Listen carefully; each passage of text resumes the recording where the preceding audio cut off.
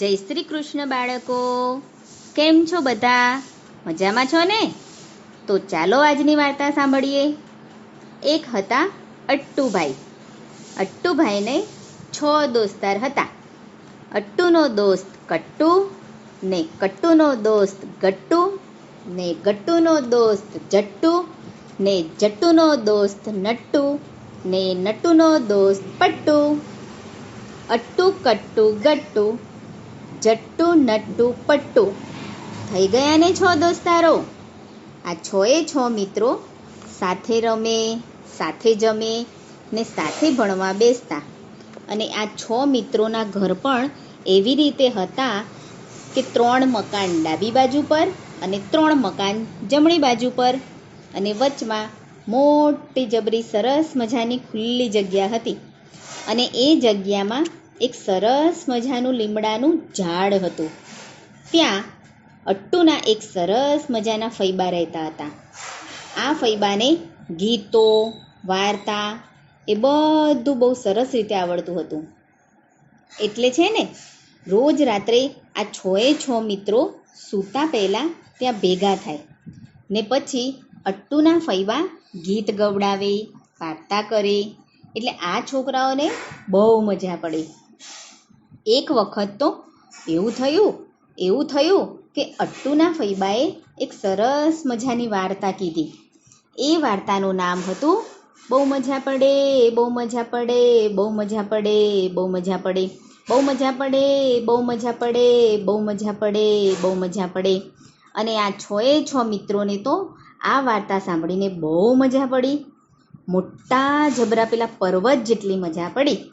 તમને ખબર છે બાળકો, આપણા દેશનો સૌથી મોટો પર્વત કયો? હિમાલય. તો હિમાલય જેટલી મજા પડી. મોટા જબરા પેલા દરિયા જેટલી મજા પડી. આપણે એવી મજા કરવી છે બાળકો? તો ચાલો આપણે પણ એવી મજા કરીએ. તમે બધા અટ્ટુ, કટ્ટુ, ગટ્ટુ, જટ્ટુ, નટ્ટુ, પટ્ટુ અને હું ફૈબા. તો આપણે સૌથી પહેલાં એક ગીત ગાઈએ. આમાં ચંદર આપણા ઘરની અંદર, જો જમવા આવે તો બહુ મજા પડે, બહુ મજા પડે, બહુ મજા પડે, બહુ મજા પડે, બહુ મજા પડે, બહુ મજા પડે, બહુ મજા પડે, બહુ મજા પડે. આમ ફૈબાએ તો આવી જ રીતે ચાંદા મામાનું ગીત ગાયું, ચકલીબેનનું ગીત ગાયું, મોરનું ગીત ગાયું, કાનુડાનું ગીત ગાયું. અને આ છોકરાઓને તો બહુ મજા પડી ગઈ. પછી ફૈબાએ કહ્યું, ચાલો હવે બધા પોતપોતાના ઘેર જાઓ.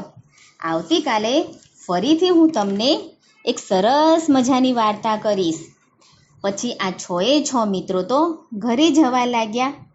પણ આ અટ્ટુને ફૈબાએ એક બૂમ પાડી, અટ્ટુ, ઓ અટ્ટુ, જરા અહીંયા આવતો. એમણે અટ્ટુને પૂછ્યું કે તને કયું ગીત ગમ્યું? તો અટ્ટુ તો તરત જ ગાવા લાગ્યો, આમાં ચંદર આપણા ઘરની અંદર, જો જમવા આવે તો બહુ મજા પડે, બહુ મજા પડે, બહુ મજા પડે, બહુ મજા પડે, બહુ મજા પડે, બહુ મજા પડે, બહુ મજા પડે, બહુ મજા પડે. એ ગીત મને બહુ ગમ્યું. પછી તો અટ્ટુ પોતાના ઘેર ગયો. અને અટ્ટુએ તો ઘેર જઈને આ ગીત એની મમ્મીને સંભળાવ્યું, પપ્પાને સંભળાવ્યું, બાને અને દાદાને પણ આ ગીત શીખવાડ્યું. પાછો એ તો આ ગીત ગાતો ગાતો સૂઈ ગયો. એટલે એને તો રાત્રે એક સરસ મજાનું સપનું આવ્યું. આમાં એવું છે ને બાળકો, કે જે આપણા મનમાં બેસી જાય ને, જે આપણને બહુ ગમી જાય ને, એ આપણા સપનામાં આવે. તો અટ્ટુને તો આ ગીત બહુ જ ગમી ગયું હતું કે આમાં ચંદર આપણા ઘરની અંદર, જો જમવા આવે તો બહુ મજા પડે, બહુ મજા પડે, બહુ મજા પડે, બહુ મજા પડે, બહુ મજા પડે, બહુ મજા પડે, બહુ મજા પડે, બહુ મજા પડે. આ ગીત ગાતો ગાતો સૂઈ ગયો હતો ને, એટલે એને એવું સપનું આવ્યું. સપનામાં છે ને દરવાજાની ઘંટડી વાગી. ટણન ટણન ટણન ટણન. એટલે તો અટ્ટુ જાગ્યો. સપનામાં એ તો ઉઠ્યો. એણે તો ઘરનો દરવાજો ખોલ્યો ને જોયું તો દરવાજામાં તો રૂપનો ઢગલો ચાંદા મામા આવ્યા હતા. ચાંદા મામા કહે કે અટ્ટુ, હું અંદર આવું? અટ્ટુએ કહ્યું કે હા, આવો ને આવો ને આવો ને, તમે મારે ઘેર આવો, એ તો મને બહુ ગમે. હું તો હમણાં જ તમારું ગીત ગાતો હતો કે આ મામા ચંદર આપણા ઘરની અંદર, જો જમવા આવે તો બહુ મજા પડે, બહુ મજા પડે, બહુ મજા પડે, બહુ મજા પડે, બહુ મજા પડે, બહુ મજા પડે, બહુ મજા પડે, બહુ મજા પડે. આવો આવો ચાંદા મામા, અંદર આવો. પછી તો અટ્ટુ ચાંદા મામાને રસોડામાં લઈ ગયો અને રસોડામાં એક સરસ મજાનો પાટલો મૂક્યો હતો. એ પાટલા પર ચાંદા મામાને બેસાડ્યા અને પછી કહ્યું કે ચાલો તમને જમવાનું આપું. એટલે અટ્ટુએ તો એક થાળી મૂકી. એ થાળીમાં સરસ મજાના શક્કરપારા પીરસ્યા. ચાંદા મામા તો બધા શક્કરપારા ખાઈ ગયા. એટલે અટ્ટુએ તો બીજા થોડાક શક્કરપારા પીરસ્યા. ચાંદા મામા તો એ દાબી ગયા. પછી પાછા કે મને બહુ ભૂખ લાગી છે. એટલે અટ્ટુને થયું લાવને થોડા બીજા શક્કરપારા આપી દઉં. એટલે અટ્ટુએ તો બીજા બધા શક્કરપારા ખાલી કરી નાખ્યા. ચાંદા મામા તો એ ઝાપટી ગયા ને પછી પાછા કે મને તો બહુ ભૂખ લાગી છે. એમની તો ભૂખ પૂરી જ ના થાય ને. એટલે પછી અટ્ટુ તો પાછો અંદર જઈને બીજો સુખડીનો ડબ્બો લઈ આવ્યો. થોડી પીરસી તો એ ઝાપટી ગયા અને પાછા કે મને બહુ ભૂખ લાગી છે. ને પછી અટ્ટુ તો પાછો બીજો ગોર પાપડીનો ડબ્બો લઈ આવ્યો.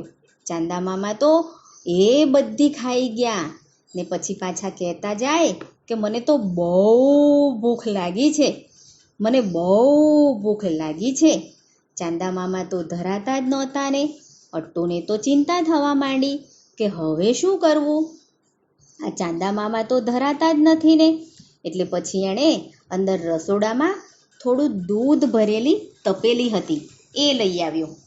એ દૂધ અટ્ટુએ પ્યાલામાં ભર્યું ને ચાંદા મામાને આપ્યું. ચાંદા મામા તો ઘટ ઘટ ઘટ ઘટ ઘટ કરતા બધું દૂધ પી ગયા ને પછી ઓયા એમ ઓડકાર ખાધો. એટલે અટ્ટુને થયું હાશ, ચાંદા મામા ધરાણા તો ખરા. પછી ચાંદા મામાએ અટ્ટુને કહ્યું કે અટ્ટુ, મને તો દાળ ભાત શાક રોટલી ના ગમે હો, મને તો આ ભાગ જ બહુ ભાવે. તે મને સારો સારો ભાગ ખવડાવ્યો ને, હો ને, પાછું દૂધ પણ પીવડાવ્યું. મને બહુ મજા આવી, બહુ ગમ્યું. આજે હું જેમ તારી ઘેર જમવા આવ્યો ને તેમ તું કાલે મારે ઘેર આવજે. હુંય તને આટલું બધું ખાવા આપીશ, આટલું બધું દૂધ પીવડાવીશ. હવે હું જાઉં મારે ઘેર આકાશમાં, હો ને, આવજે, બાય બાય, ટાટા એમ કહ્યું. એટલે અટ્ટુને પણ બાય બાય ટાટા કરવું જોઈએ ને. એટલે અટ્ટુએ પણ બાય બાય ટાટા આવજો. એટલામાં તો અટ્ટુ હા આવજો એવું જેવું કરવા ગયો ત્યાં તો એ જાગી ગયો ને સપનું પૂરું થઈ ગયું. પછી વિચારવા માંડ્યો કે ચાંદા મામા તો બધું ખાઈ ગયા હતા ને, તો હવે રસોડામાં કાંઈ છે કે નહીં, લાવને જોઈ આવું. એટલે તો રસોડામાં ગયો. રસોડામાં જઈને લાઈટ કરી ને અટ્ટુએ તો શક્કરપારાનો ડબ્બો ખોલીને જોયો તો ડબ્બો આખો ભરપૂર હતો. પછી સુખડીનો ડબ્બો ખોલ્યો તો એ પણ ભરચક હતો. ત્યાર પછી ગોર પાપડીનો ડબ્બો ખોલ્યો તો એ પણ ભરચક હતો. એણે દૂધની તપેલી ઉઘાડીને જોઈ તો એ પણ ભરચક હતી. એને તો નવાઈ લાગી કે ચાંદા મામા તો બધું ખાઈ ગયા હતા ને તોય આ બધું ભરચક છે. કેમ આવું થયું હશે ભાઈ? આ તો સપનું આવી ગયું હતું ને. સપનામાં તો બધું ખોટું જ હોય ને. એને તો હાશ થઈ ગયું હો, હાશ. શક્કરપારા, સુખડી, ગોળપાપડી, દૂધ વૂધ બધું એમનું એમ હતું. હાશ, ચાલો હવે કેટલા વાગ્યા? ઘડિયાળમાં જોયું તો રાતના 1:30 વાગ્યા હતા. ને અટ્ટુ તો પાછો જઈને સૂઈ ગયો. ને એને થયું ચાલો પાછા ફરીથી ચાંદા મામા આવે તો એટલે તો એ પાછા નસકોરા બોલાવતો બોલાવતો સૂઈ ગયો. વાર્તા થઈ ગઈ પૂરી, બાળકોને મજા પડી. આવજો બાળકો. જય શ્રી કૃષ્ણ.